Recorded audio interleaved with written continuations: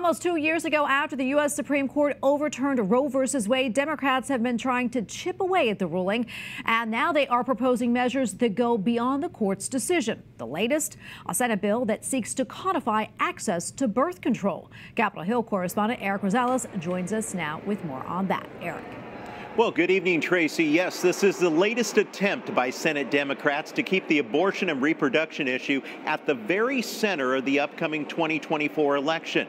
The Right to Contraception Act would make access to birth control, including over-the-counter birth control and abortion-inducing drugs, the law of the land. Pro-abortion Senator Ed Markey introduced the bill, and he claims that the legislation protects women's freedom. MAGA extremists have an anti-freedom, anti-rights agenda. They are offended by the idea that people can make decisions with their doctor to decide if birth control pills, an IUD, or Plan B works for them.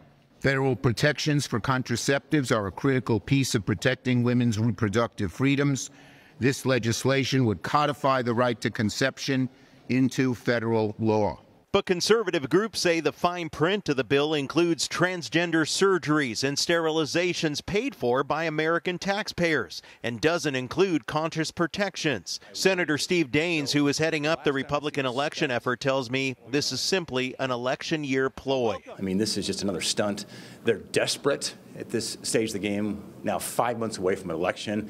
That's why the border bill stunt, now this other contraception bill stunt. It's all desperation by the Democrats as they know they're losing these races. Others agree. They're just trying to make an issue of something that's not even an issue. There's no states that are out there that are trying to ban contraception. So I just think it's an election year stunt, and it's poor form, it's poor politics, and again, it shows that they're desperate. Dozens of GOP senators support a bill authored by Senator Joni Ernst to provide safe and effective contraceptives to women without the non-birth control provisions included in the Democrats' version. Instead of giving access to dangerous drugs without doctor supervision, what my bill will do is provide greater access to safe, over-the-counter contraception options. The Republicans do support safe access to contraception.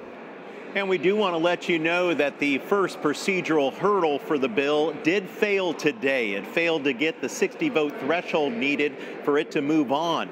But the issue isn't going away anytime soon. The National Republican Senatorial Committee released a memo this week advising GOP Senate candidates to emphasize their support for birth control, and House Democrats unveiled a plan of their own to force a vote on contraceptive protection that they hope to bring up later this month. And take a look at this, folks. Just blocks away from the Capitol, a group known as Americas for Contraception unveiled a giant IUD outside of Union Station. Now, the group says that it's to help raise awareness of the need to protect and codify the right to birth control. And by the way, as we know, the Catholic Church opposes all form of artificial birth control. The bishops wrote a letter to all lawmakers saying that the Democrats' bill seeks to, quote, bail out the abortion industry and trample conscious rights. At the Capitol, Eric Rosales, EWTN News Nightly.